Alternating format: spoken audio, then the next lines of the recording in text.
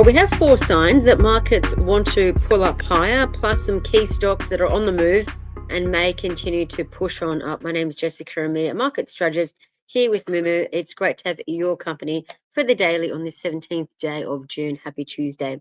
So the engine room of the US stock market, the Nasdaq 100 has pushed up. Let's bring that into the equation. We're flashing that onto the screen.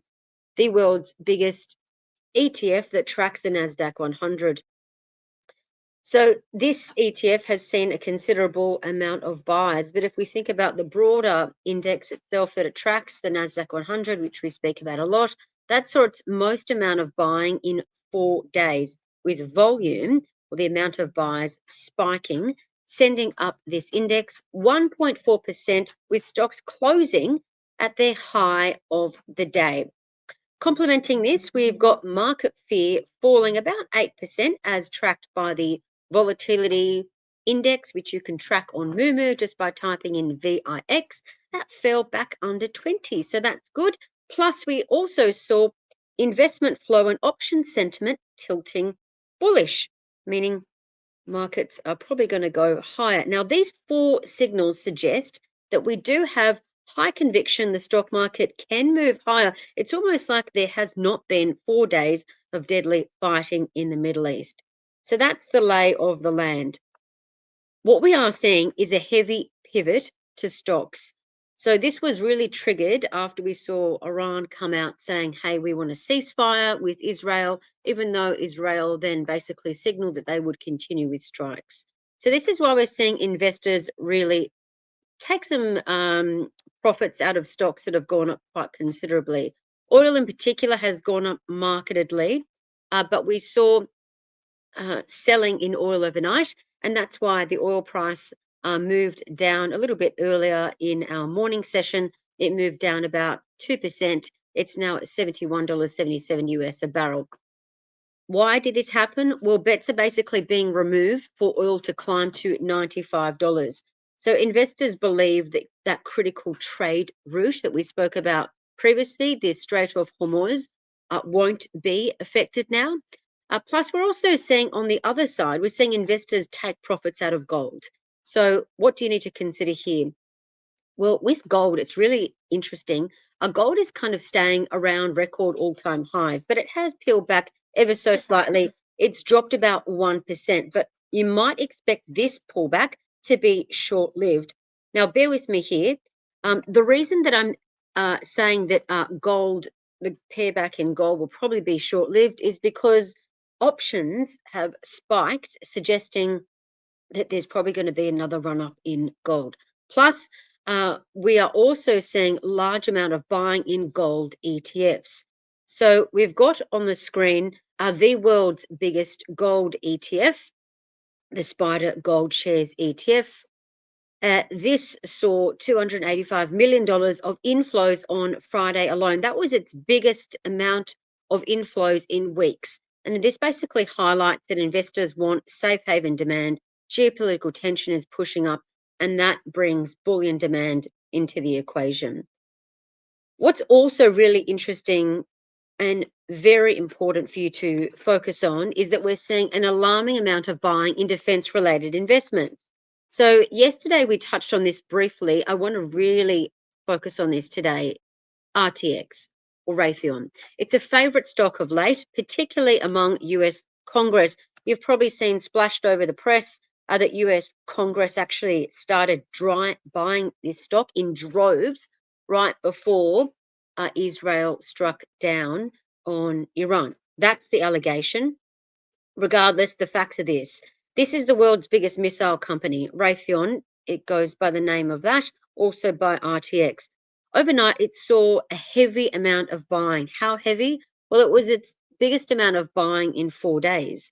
So volume is above, or trading or buying in the stock is above what we saw before the Iran conflict. Secondly, I want you to consider that I also saw overnight a large amount of institutional investors and asset managers buying into this stock. Basically, this is suggesting that investors really believe that the earnings growth of this company will continue. And that's why you might be expecting this stock to continue to hit record all-time highs. And as we can see on the chart, this stock hit a brand new record all-time high overnight as well. Now, pardon me, excuse me. This basically highlights the defense sector is gaining really serious traction here, guys and girls. And this is pulling up the broader industrial sector. And the industrial sector as well is also trading at record all-time highs. And by the way, just for your interest, what includes industrials? Well, I'm glad you asked. Well, includes machinery, airlines, and rail. And all those stocks are doing quite well as well, including Qantas, which has been trading also around record all-time high territory, despite its recent pullback. What about the Aussie share market? Well, the Aussie share market today is only expected to nudge up ever so slightly. Not as much as gains can be expected on the Aussie market, down under here, as we saw in the US. Why is that? We're obviously expecting pressure in oil and gold stocks. But by the by, it is also worthwhile pointing out that we did see overnight investors rotating out of healthcare and moving into tech stocks. So you might be expecting this today on the Aussie share market. In particular, pay attention to the Bank of Japan and what they say when they are expected to hold interest rates today at their meeting. But really important to focus on momentum. I always speak about you need to pay attention to where we're seeing stocks move up and why. And so I want us to pause and reflect on some uranium moves that we've seen of late. So just bringing up a deep yellow on the screen. Deep yellow was the best performer on the ASX yesterday. It's not actually making considerable profit growth, if anything, but nevertheless, its shares rose 21% on the ASX yesterday. Another uranium stock, BOE, gained 18%. Paladin, the larger of the three, that gained 15%. But basically, all these three stocks are in the world's biggest uranium ETF called URA. And every time global investors are buying URA, they're buying these three stocks, regardless of how little money they are making. Now, what we need to consider is what is also fueling these stocks higher is that uranium prices jumped to their highest levels overnight that we've seen since December. Obviously, we've got concerns about uranium supply being reduced because of concerns about what is happening in Iran, but we're already seeing demand skyrocket. So demand for uranium is kind of growing at about 4% in recent years. It doesn't seem like much, but if we rewind to what we saw in 2020, demand growth for uranium was just growing at 1%. So clearly it shows we've seen a marketed increase in demand.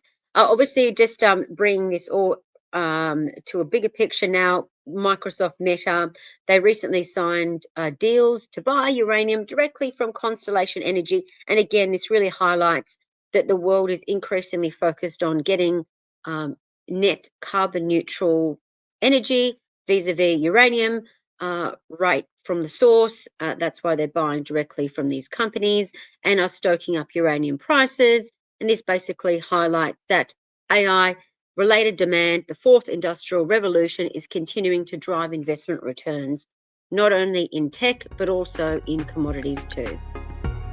It's great to have your company. Thanks for joining us for the daily. Stay safe, happy trading. See you tomorrow.